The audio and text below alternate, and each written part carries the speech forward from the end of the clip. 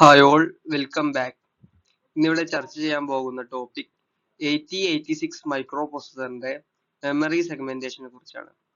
My name is Mufli, Amal college of advance studies നിലമ്പൂരിലെ S4 computer science student ആണ്.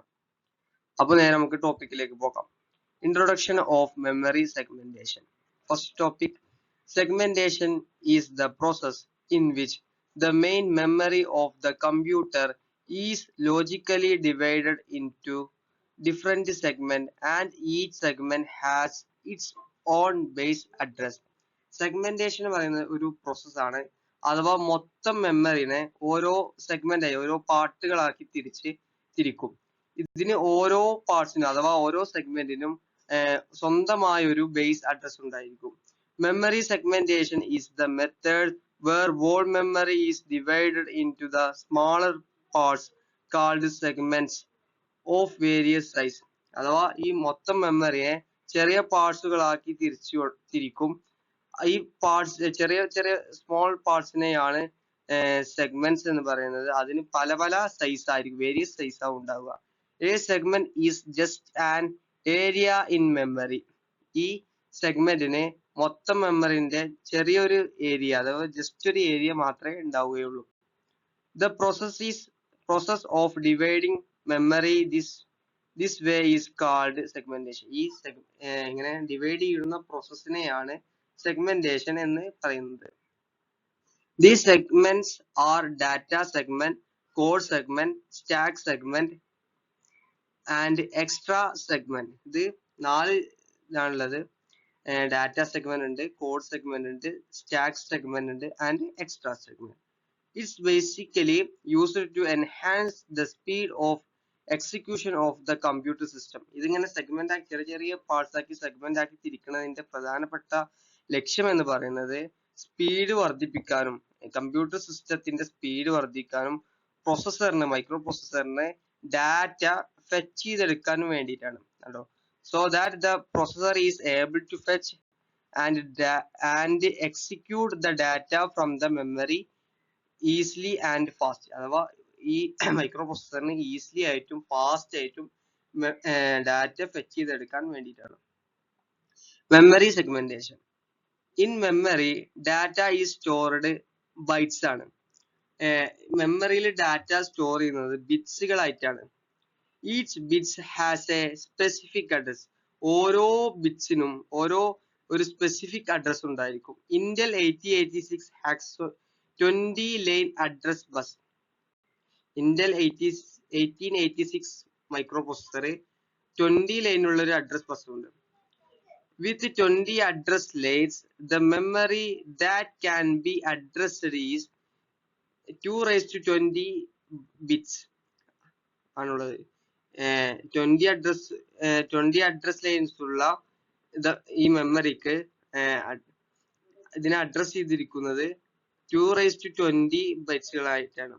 2 raised to 20 is equal to പറയുന്നത് ഒരു MB ആണ്. This 1 MB memory is divided into 60 logical segments, each with a memory of 64 KB. 64 MB എന്ന് പറയുന്നത് divide ചെയ്തിട്ടുള്ളത് 16 എന്താണ് logical segment ആയിട്ടാണ്. 16 ലോജിക്കൽ ആയിട്ടുള്ള ഭാഗങ്ങളായിട്ടാണ്. ഇത് 64 KB ആണുള്ളത്. 8086 can access memory with address ranging from 000H to FFFH segments.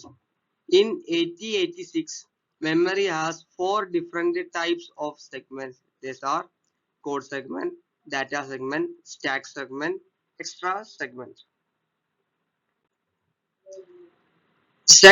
Segment register. Each of these segments are addressed by an address stored in corresponding segment register. സെഗ്മെന്റുകൾ address ചെയ്തിരിക്കുന്നത് address store ചെയ്തിരിക്കുന്നത് corresponding segment രജിസ്റ്ററിലാണ്. These registers are 16 bit in size. ഓരോ രജിസ്റ്ററും 16 bit size ഉള്ളവയാണ്. Each register stored the base address starting address of the corresponding segment. ഓരോ രജിസ്റ്ററും store ചെയ്തിരിക്കുന്നത് ബേസ് അഡ്രസ് എന്ന് പറയുന്നത് ഒരു സ്റ്റാർട്ടിംഗ് അഡ്രസ് ഉണ്ട്, അതിന് ഓരോ കറസ്പോണ്ട് സെഗ്മെന്റിനും ഉണ്ട്. Because the segment register cannot store 20 bits, they only store the upper 16 bits. Code segment register CS is used for addressing memory location in the code segment of the memory where the executable program is stored. രണ്ടാമത്തത് data segment register DES points to the data segment of the memory where the data is stored. ഡാറ്റയാണ് അതിൽ store ചെയ്യുന്നത്. Extra segment register ES also refer to the segment in the memory which another data segment in the memory. Stack segment register അഥവാ SS is used for addressing stack segments of the memory.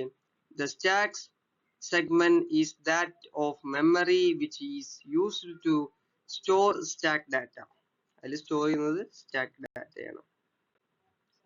ഇതാണ് അതിന്റെ diagram ഒക്കെ വരുന്നത്. സെഗ്മെന്റിന്റെയും ഒക്കെ extra സെഗ്മെന്റിന്റെയും stack സെഗ്മെന്റും code സെഗ്മെന്റും ഡാറ്റ സെഗ്മെന്റ് ഒക്കെ എങ്ങനെയാണ് നിൽക്കുന്നത് ഒക്കെ ഡയഗ്രാം ആണുള്ളത്. പിന്നെ advantages and disadvantages of segmentation. ഈ സെഗ്മെന്റേഷൻ ഇങ്ങനെ ഭാഗങ്ങളാക്കി തിരിക്കുന്നതിന്റെ ഗുണങ്ങളും ദോഷങ്ങളുമാണ് ഇനി പറയുന്നത്. ആദ്യം തന്നെ നമുക്ക് അഡ്വാൻറ്റേജിലേക്ക് പോവാം. It permits the programmer to access 1 MB memory using only 60 bits address. അഥവാ ഒരു MB മെമ്മറി യൂസ് ചെയ്യാൻ 16 ബിറ്റ് അഡ്രസ് മതി. Is divide the memory logically to store code, data and stack portion separately for data and code protection. Memory segmentation is very useful for multi-user environment. ഇത് ഈ memory segmentation കൊണ്ട് ഈ multi user environment ഉണ്ടാക്കാൻ നമുക്ക് കഴിയും. ഇതിന്റെ disadvantages of A segmentation എന്ന് പറയുന്നത്, although the total memory is 64 KB at a time, only 4*64 memory can be accessed. ഇത്ര മെമ്മറി ആക്സസ് ചെയ്യാൻ നമുക്ക് ഈ ഒരു സമയം കൊണ്ട് കഴിയുള്ളൂ. അതാണ് ഇതിന്റെ ഒരു ഡിസഡ്വാൻറ്റേജ് പറയുന്നത്. അപ്പോൾ ഓക്കെ, താങ്ക് യു.